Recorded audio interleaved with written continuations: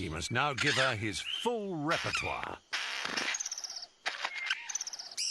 First up, the songs of forest birds. Moving on to other sounds he's picked up from a nearby village, like chopping wood, people talking, and most remarkably, children playing.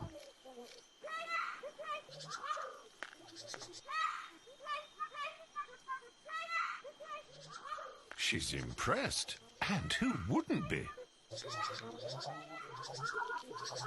A final dog bark, and it's on to stage 2.